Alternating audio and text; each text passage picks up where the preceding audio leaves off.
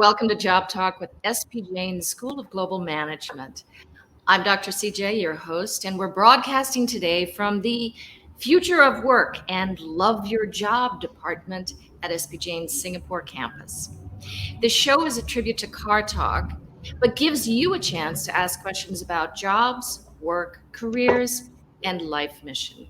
So if you have a work-related question or problem on any topic, doesn't have to be today's theme, just send an email to jobtalk@spjain.org, and our secret moderator will pass it to us.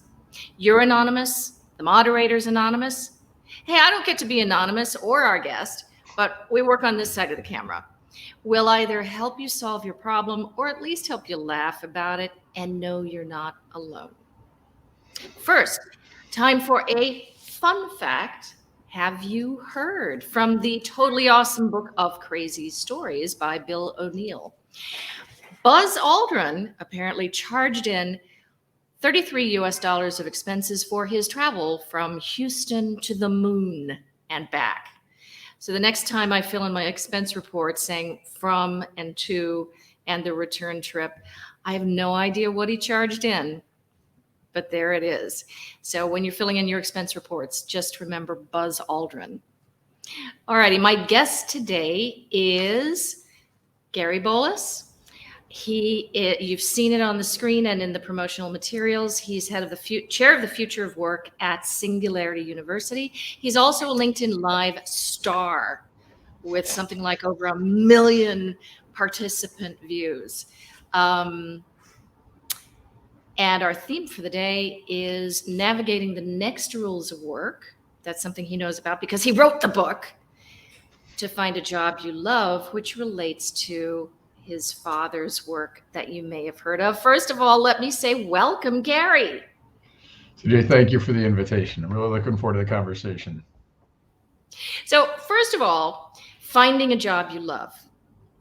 Now, you grew up with somebody who got very, very famous, helping millions of people around the world find jobs they love.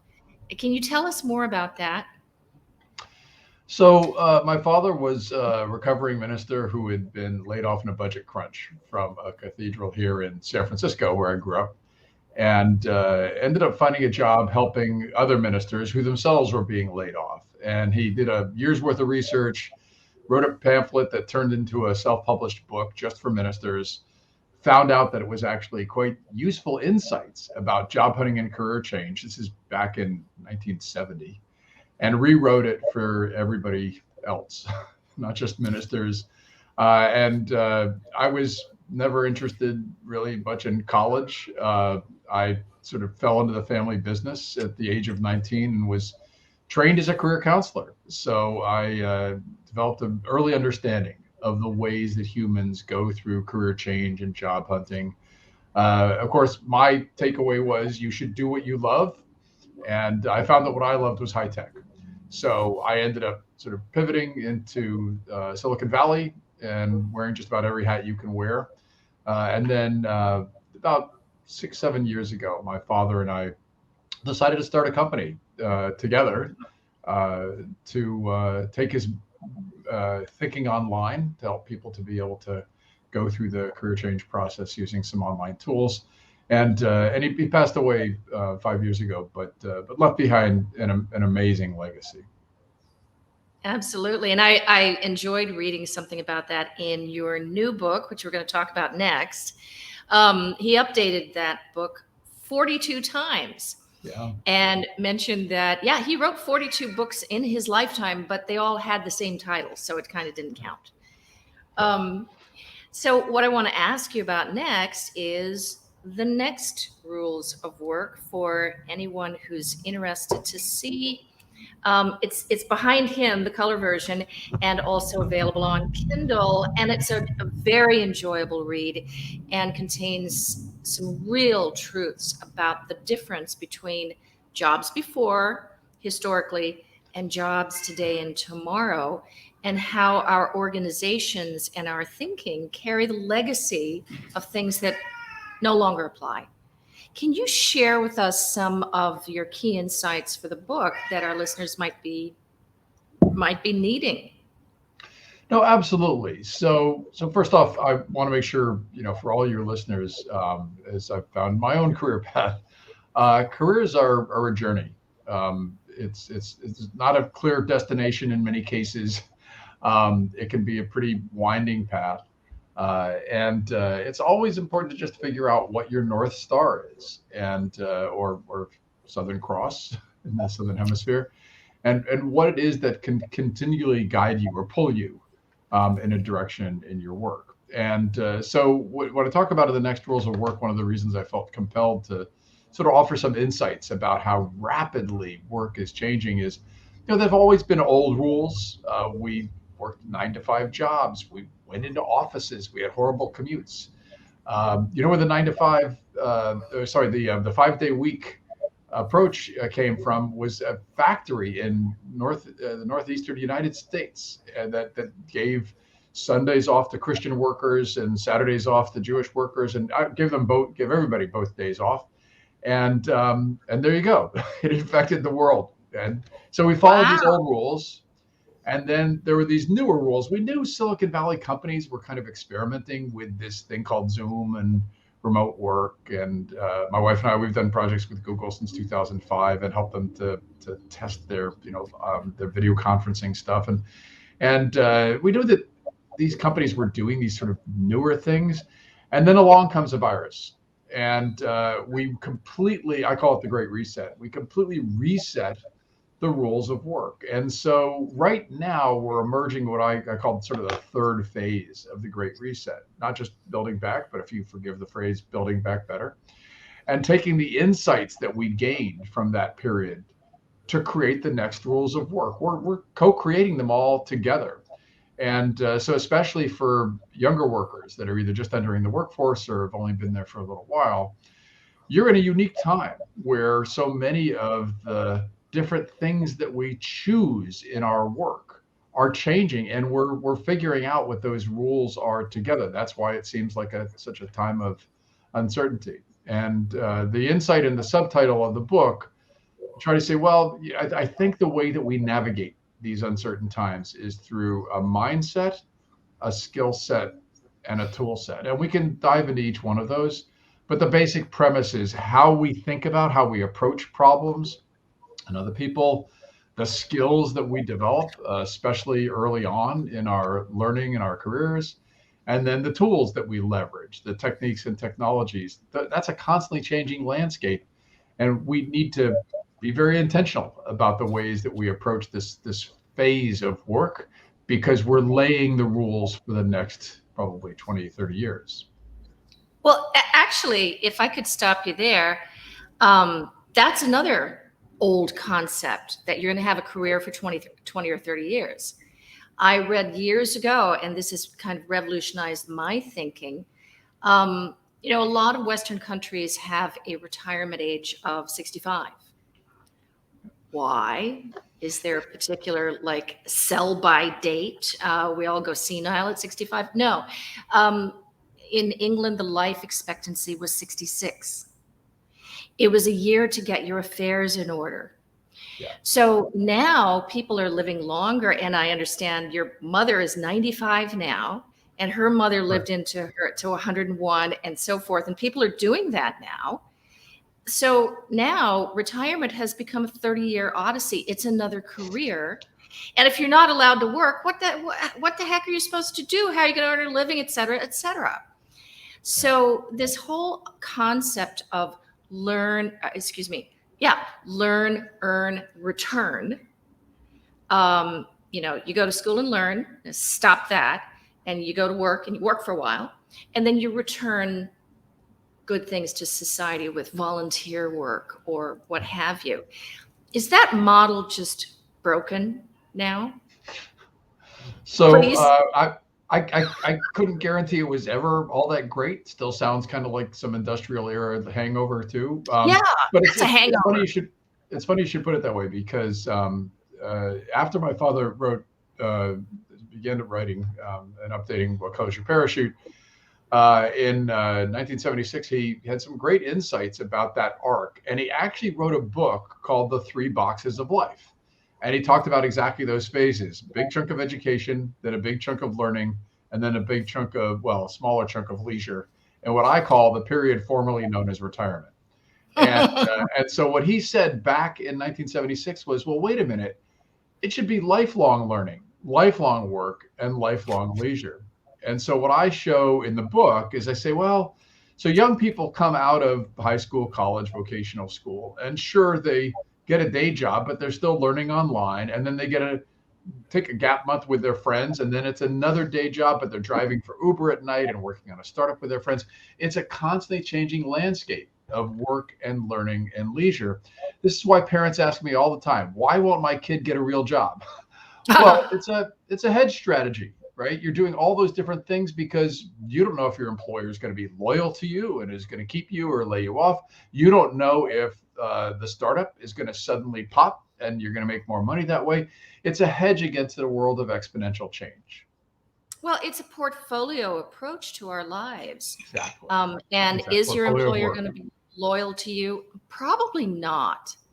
And I was doing work in Korea some time ago when outsourcing was mandated by the government. And that was a huge, huge social problem.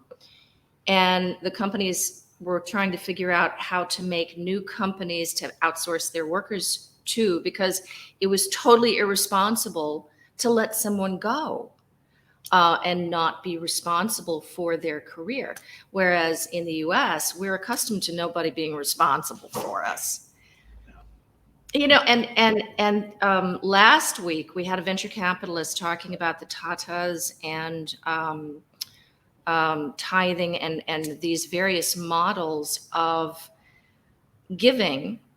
And what those companies he's been associated with found is that if you set up your work to also be giving to society, both of those things are more powerful and build a lot more value than trying to earn and then return it to society. So I think that's a great insight, CJ. And I in the book, I use a construct that people seem to resonate with. I just walked this through with a group of visiting Brazilian executives here in Silicon Valley yesterday. So think of it, I think of it this way. So think of the old rules of work. The first rule was you got to get paid, right? So it didn't matter if it was a cruddy job, you just got paid. And then if you did that for a while, you realize if you're also good at it, you get paid better. Oh, okay, so these are the old rules of work. Just get paid and hopefully get good at it. But then my father, in What Color Is Your Parachute, he said, wait a minute, if you also can do what you love and not trade off those others, well, then that's even more fulfilling. And then finally, as you say, there's what the world needs and how you can give back. So it's typically the old rules of work were kind of like a ladder. And maybe you volunteered at the local food bank after you retired. But young people are flipping the stack. They're coming out of college, vocational school, high school, and they're saying, what does the world need? If I can do that, that's what I'm going to love. If I love it, I'm going to get good at it. I get good at it, I'm going to get paid. And so you know that this is called Ikigai. And it's what's practiced in Japan and especially in Okinawa, who are some of the longest lived people in the world. And so it's yet another answer to why won't my kid get a real job? They're driven by purpose because they know, they've got their digital distraction devices. They know that the world has its challenges. And so they're coming out in that young adult launchpad period and saying, I want to focus on what the world needs from the beginning. And I'm glad you brought up Ikigai. I love that framework. And I was just talking with a young person getting an MBA yesterday, and we were trying to figure out her project. What project is she going to do? And she came up with something. I'm like, yeah, but that's what you did before. Why are you getting an MBA if you're just going to do the same damn thing again? Did you like it? You're here, so it sounds like you didn't like that. Don't set yourself up to keep doing something you don't like. What do you want to do ultimately? And she took me all the way to the return phase. And I said, well, look, you may not get there because you could be dead. So let's bring that back to now and figure out a way to make money doing that and to impact the world that way. Another piece of the puzzle is from Arun Abbey, brilliant financier who revolutionized financial services advice giving in Australia. Mm. And he said, a lot of people think I'll earn and earn and earn and save it up and earn, and then I'll be happy. And in his research, he found that that's completely backwards. If you go to happy first, then out of your happiness, you'll be creating a great deal of wealth. So I absolutely agree. But you know what I found is that for many people, the first step or the first deliverable is permission. You've got to give permission to yourself to be able to dream, to believe that you could do something that would actually have purpose or meaning in your life. You often, if you have a significant other, you're going to need permission for them because it has to be a co-journey. And then some people also look for permission from society to make these changes. And I tell them, don't ever look for that. But you've got to be internally driven. That's why I was talking about that North Star or Southern Cross, is if you know what drives your passions, what fascinates you, you're going to be far more likely to be able to find that opportunity or develop it or create it yourself. But if you don't give yourself that permission to dream and to think about what you might love to do, then typically you're going to default back to those old rules of work and just focus on what the money you can make and just getting good at it. And then if you hate it, you're not going to be good at it and you won't get the results you want anyway. So why do that? And it's always a good piece of advice, I think. Never ask for permission. Just apologize later. Absolutely. Good advice. So one of the things I come across, and actually one of my kids, I was talking about her future with her. I had her all set up to do one thing that she chose, but then she backed off and she said, I don't know that that's really interesting to me. And I said, well, what is? And like, nothing. Well, what do you like? What are you good at? What do you want to go out and explore? I don't really know. When you're faced with somebody who really doesn't know what they love and they don't have a North Star, how do you find your North Star? So one of the first things I want to make sure we're always telling people that are going through any of these kinds of transitions is there is nothing wrong with you. When you hear about other people that are purpose-driven or meaning-driven, or there is nothing wrong with you. The message should not be, oh, you're deficient because they know why they're here on the planet. No, this is always a journey. And so instead, what's really helpful is to just understand, think of it this way, as different doors to enter. Now, some people are fascinated by particular problems that they like to solve. When you were a kid, you took the vacuum cleaner apart and hopefully you put it back together again, or you found social problems between your friends and you were the one who was always fixing things. Yeah. We're problem solvers, right? So some people, that's a door to enter in finding what drives meaning or value for them. Others, there's nothing wrong with those old rules of work that I was talking about. Some people do want to make money and they feel that that's what they need to do, especially if you've got big student loans and that sort of thing to pay off. Totally understood. Just try to make sure that that's not for a long period of your life and you're not thinking of it as a trade-off. Other people are motivated by the skills that they use. So we actually have a bunch of techniques for helping people to do what we call inventorying their skills, to understand that sort of superpower, as you were talking about, of what they love and what they're good at. And then other people are driven by the kinds of people they like to work around. And the ones that they feel help them to do their best work. And still others are driven by their environment, either the geographical location that they want to be in, or the kinds of working conditions that help them to be able to do their best work. Think of those as different doors to enter. But typically what we find is that there's always going to be topics or subjects that fascinate you, that are kind of on this sort of spectrum of meaning.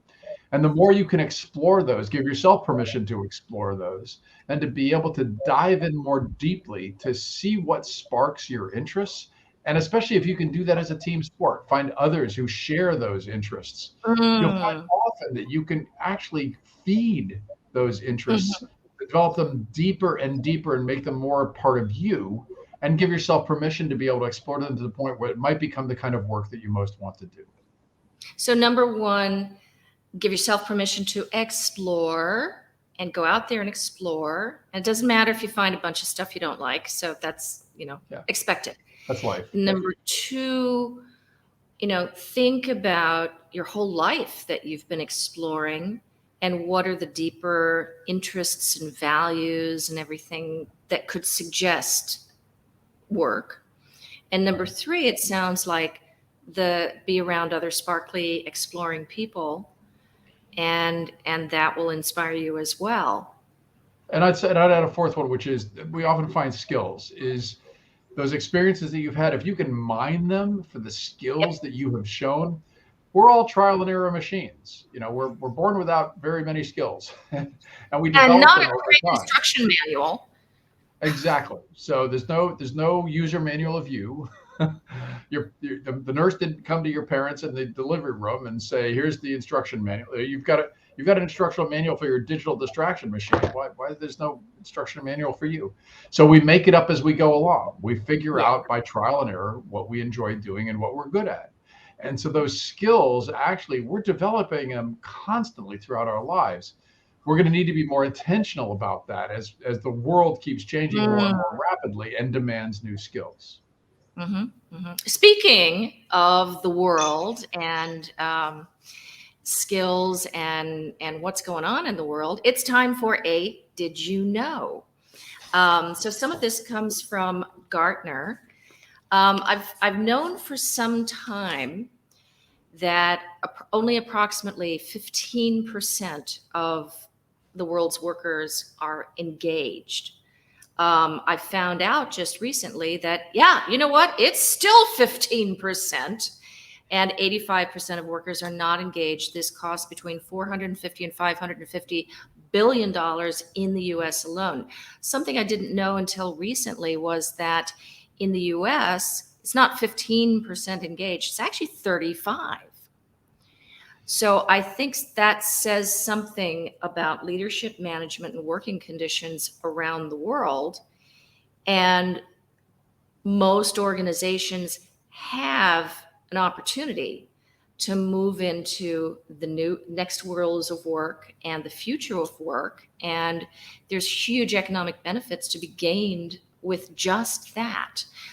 Sadly, for the first time in 10 years, engagement in the US has actually gone down. Don't ask me why. Now, when comparing employee engagement levels, Gallup also found that in top and bottom quartile business units and teams, here's the following differences in business outcomes. If you're one of the top engagement circumstances, you're going to have nearly 20% more productivity for at least sales, over 20% in improvement in profitability, almost 20% lower turnover for high turnover organizations, about 43% reduction in turnover for low turnover organizations, and 10% improvement in customer loyalty and engagement. So it's not, the old thing that we used to say, the happy customers and happy employees go together. You don't get one without the other. Yeah, still more research shows that it's true. Final factoid for everybody. Whose job is employee engagement? Is it HR that's going to make the difference? No. 70% of the variance is determined solely by your manager. Absolutely. Yeah. So for those of us out there who are managers and are managing folks, you have a huge impact to make, not only directly with the work that your team is doing, but also engaging them as workers and making sure that they get this kind of fulfillment and so forth. I'd like to ask you some particular questions from the book, if I may. One of the things that you talked about as the next rules of work are that employers need to empower effectiveness, enable growth, ensure involvement, and encourage alignment. So effectiveness, growth, involvement, and alignment. What are the most important ways that managers, leaders can do that? And how could the actual worker bees help? So first off, I try to, again, put things repeatedly in the framing of mindset, skill set, and tool set. And so Mhm. I sort of think of these as sort of four anchors of mindset. We did a study, we looked at effective organizations and found out these were sort of the four that kept up on coming over and over again. So a growth mindset actually is explored uh, deeply in the book Mindset by Dr. Carol Dweck, and highly recommended that if you're not familiar with it, that you read, because she talks about this sort of spectrum from a fixed mindset to a growth mindset. And of course, those old rules of work, just doing your job and getting paid, that's Mhm. sort of a fixed mindset. And there's nothing wrong with a fixed mindset. It's just that in a world of what we call exponential change at Singularity University, it's not sufficient to help you to continually adapt and change. And so a growth mindset says, hey, I'm a constantly growing person. You can teach an old dog new tricks, or even a young dog new tricks. And so I want to continually be learning and changing. And so it's, I always say, start with the growth mindset. Then it's always important as somebody, and I don't use the word manager very often. I talk about a team guide as a new mindset for somebody who's empowering teams. Mhm. But everybody wants to be effective in their work. I don't use the word performance that much because there's a lot of, especially in Silicon Valley, there's a lot of performance cultures that can get pretty toxic pretty fast. But Mhm. effectiveness, we all want to know what is it that we're trying to accomplish in our work, and how do we do things as effectively as possible. Involvement, we know that one of the major deliverables for organizations, and especially for those who are team guides, as I call them, or those who lead organizations, have more responsibilities, is diversity, inclusion, empowerment. And so involvement is just not just inviting people to the dance, but and not just inviting them to dance, but inviting them to be part of the choreography. And so involvement is all Create the about dance. ensuring. Exactly. So you've got to have diverse thinkers, you've got to have psychological safety. All those things are part of involvement. And then finally, alignment. As we become more virtual organizations, more distributed organizations, we're doing much more of this Zoom thing. You can get out of alignment, out of connection between what you're trying to accomplish with your teammates, with your organization's strategic goals. And so think of these as sort of different four anchors or four legs of the stool. We need to do all of them: encourage growth, empower effectiveness, ensure that people are involved and included, and especially aligned as we get more distributed. But if you're going to start anywhere, always start with a growth mindset. Now, I love what you're saying about growth mindset. What the old way was train to do something, and then you take a job to do that, and then you're done and you go die and stuff.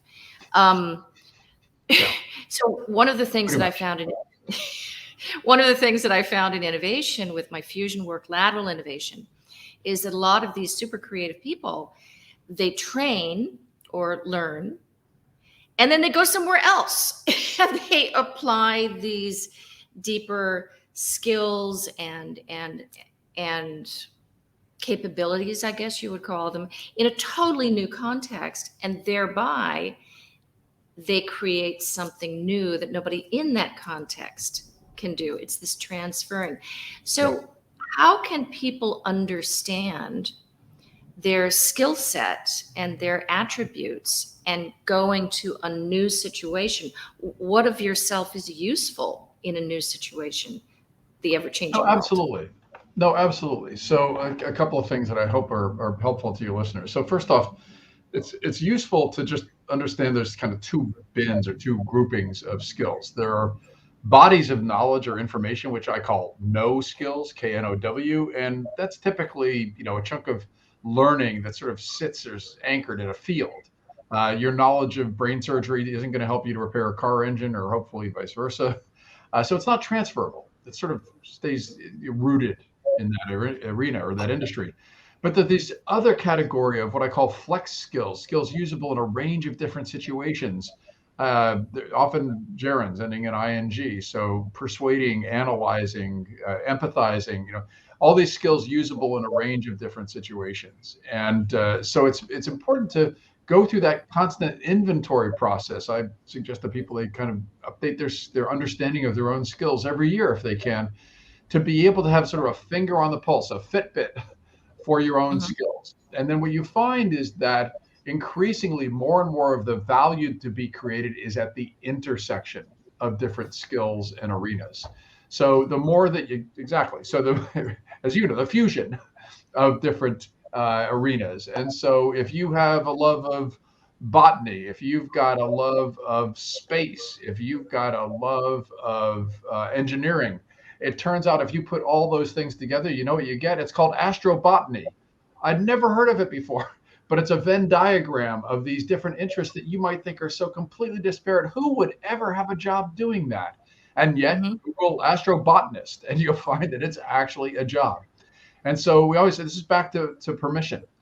If you give people permission, especially younger people, to envision just things that sound wildly unlikely that anybody would ever have a job doing that, and you research it, you find out that this intersection, this Venn diagram, this fusion of these different interests actually is one of the most likely ways you're going to create value in the future that nobody else could create. And you're unique, or you're part of a very small community. So if Yeah. there's some demand for that, you can charge what you want. Wow. And hopefully you can create something that nobody else could create. So all the fusioneers in my study, that's exactly what they did. Yeah. Um, Brilliant. so could people go to like eparachute.com to get a mapping and understanding of their skills, being the flex and so forth, or do some psychometrics, or how do people figure, how can you map yourself? So now we're into tool set. So we've talked about Oh, okay. mindset, growth Mindset, mindset. skill Then we set. talked about skill set. Now we're talking about tool set. So, and Okay. think of that as techniques and technologies, like different ways you go through steps to be able to solve problems. And so this is the problem we're talking about solving is self-inventory and knowing more about yourself. So there's all sorts of doors to enter for that. Some people, it's just literally sitting down on a piece of paper and writing down the things you're passionate about. But that a lot of people, we weren't taught how to do that easily or well. So another easy way to do it is card sorts. We actually do have one of those on eparachute.com. It's called Jump, and you go through this sort of card sort thing. That's a And design thinking method. How'd you do that? exactly. Yeah. And so you get some recommendations for things to go research, go learn more about. We've got a Hmm. course also linked to on eparachute.com that's a much deeper dive into actually from my father's work, the parachute flower, which is sort of 7 different aspects of you that include your skills and interests and your people environment. I see that Farah was talking about in the comments that as an extrovert, I look for a workplace with good colleagues to learn from. That's actually people environment. That's the part of you that is reflected in the people who help you to do your best work. So if you want a deeper dive, we've got a course on that. But there's also strengths finders. There's also, I mean, some people like Myers-Briggs. There's all sorts of different ways to learn about you, and you just have to find what feels most authentic to you. But what I strongly recommend is that whatever you're doing to do that deeper dive is you focus on one of the most important chunks of information is about your skills, and especially that superpower intersection of what you love and what you're good at. Well, one of the things that we're all talking about these days is technology, not just as tools, but as competition Yeah. for jobs. What are your thoughts on, are bots going to take over everybody's job? Or what's the future like? So here's one way to picture sort of for your listeners to picture sort of the landscape. And so think of this sort of lower left-hand corner as repetitive, boring tasks. That's what the robots and software are going to automate. And in the upper right-hand corner, that's tasks and problems to solve where you need creative problem solving, uniquely human skills. So the more that we as humans are focusing on this upper right quadrant, and you are learning the kinds of problems you most love to solve and using your unique human creativity to do that, you're going to be much better than if you're doing work that is repetitive and boring and that sort of thing, because that's always going to be automated. Now, Yeah. the truth is, software and robots are getting better and better, more effective at solving problems, but really, they don't take jobs. They just automate tasks. It's a human's decision if a job goes away. So really what we can do is we can make different decisions. We can actually, and you said this earlier on, we can train people. I don't like upskilling and reskilling. Those sound like industrial era approaches, but it sounds like something you get done too. But training and retraining, we can continually, as organizations, be investing in helping to develop greater humans and helping them to define and develop their superpowers. And we can throw technology at that process to help them to continually learn and collaborate with others in solving problems. And so Well, why? that's really the mindset I would encourage people to have. But if I can grab a hold of what you just said, why would an organization do that for the people working there? It's not the organization's job, is it? Why would they do that? So it's a rational set of decisions. Always, especially when I'm talking to CFOs and CEOs, I always suggest making rational decisions. So think of it this way: is you have not a workforce and not a network, but I call it a work net. You've got a bunch of humans that are all creating value for your organization stakeholders, and that's going to be an increasingly different grouping of use cases for work. You're going to have contractors and subcontractors and gig workers and all that sort of stuff, as well as traditional employees. So think of that as a network. That's like your work net. And so all of them have skills and they can solve problems. Well, if you think of that as a group of humans that will continually need to solve problems, not just today, but tomorrow, it's a rational decision to continually pay it forward in helping them to develop those skill sets. So you don't have to go and either lose some of those existing workers. You were talking about the lack of engagement. That's and bad bosses. That's why you lose so many workers. If you instead can make the investment in helping them to develop, you actually will find that you're always going to have the skill set that you need to solve the problems of today and tomorrow. And if you pay it forward, sure, you might lose some of those trained people to go to other companies. But then if everybody's doing it, you're going to get people trained at other organizations. And so everybody wins. The problem is that a lot of companies make this zero-sum assessment and think that the money spent on these tools and trainings is useless. I mean, that's how I stunningly have over 1 million learners on LinkedIn Learning.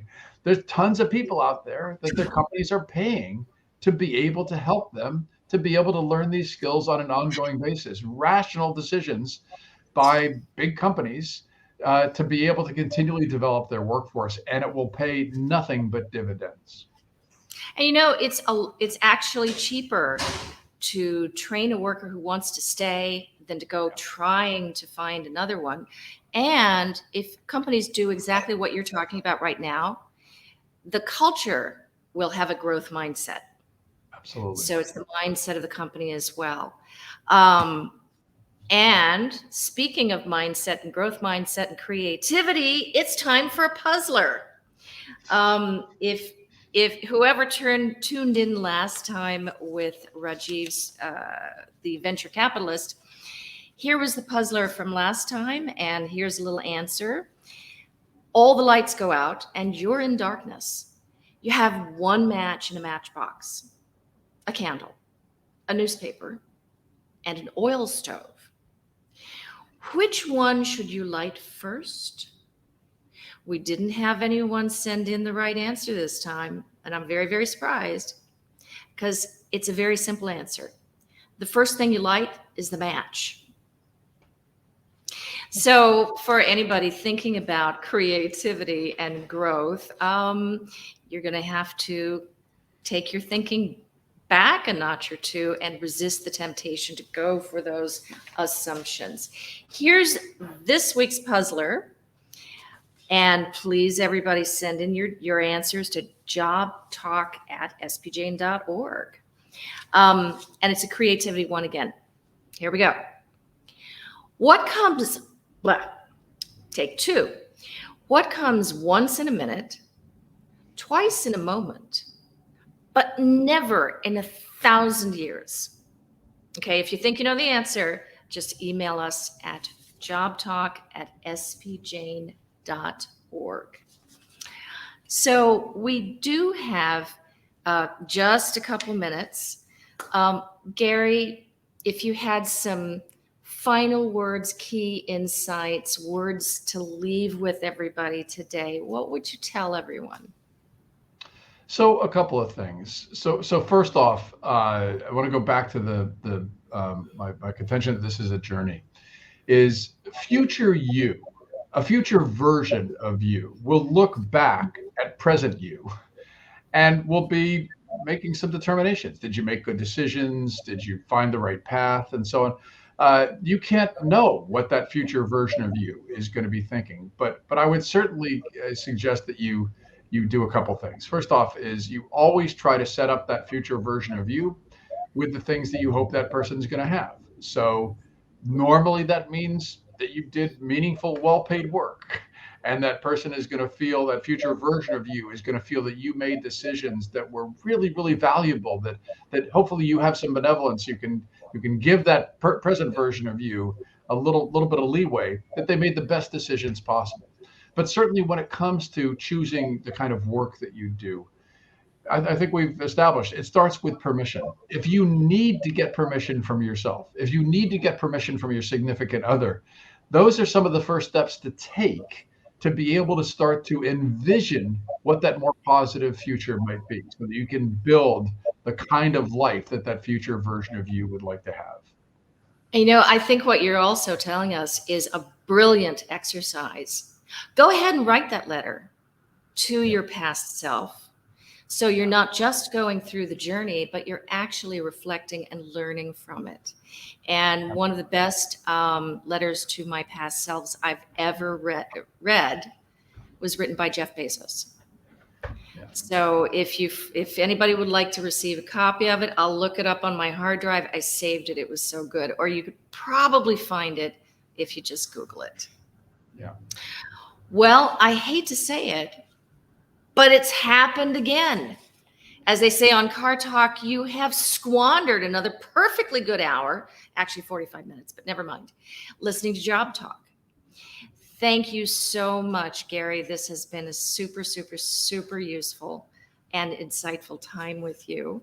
And we'll see you next week, everyone. Thank you, Thanks. Gary. Thanks, CJ. Really appreciate it. Wonderful conversation. Be well. Be well. Thank you.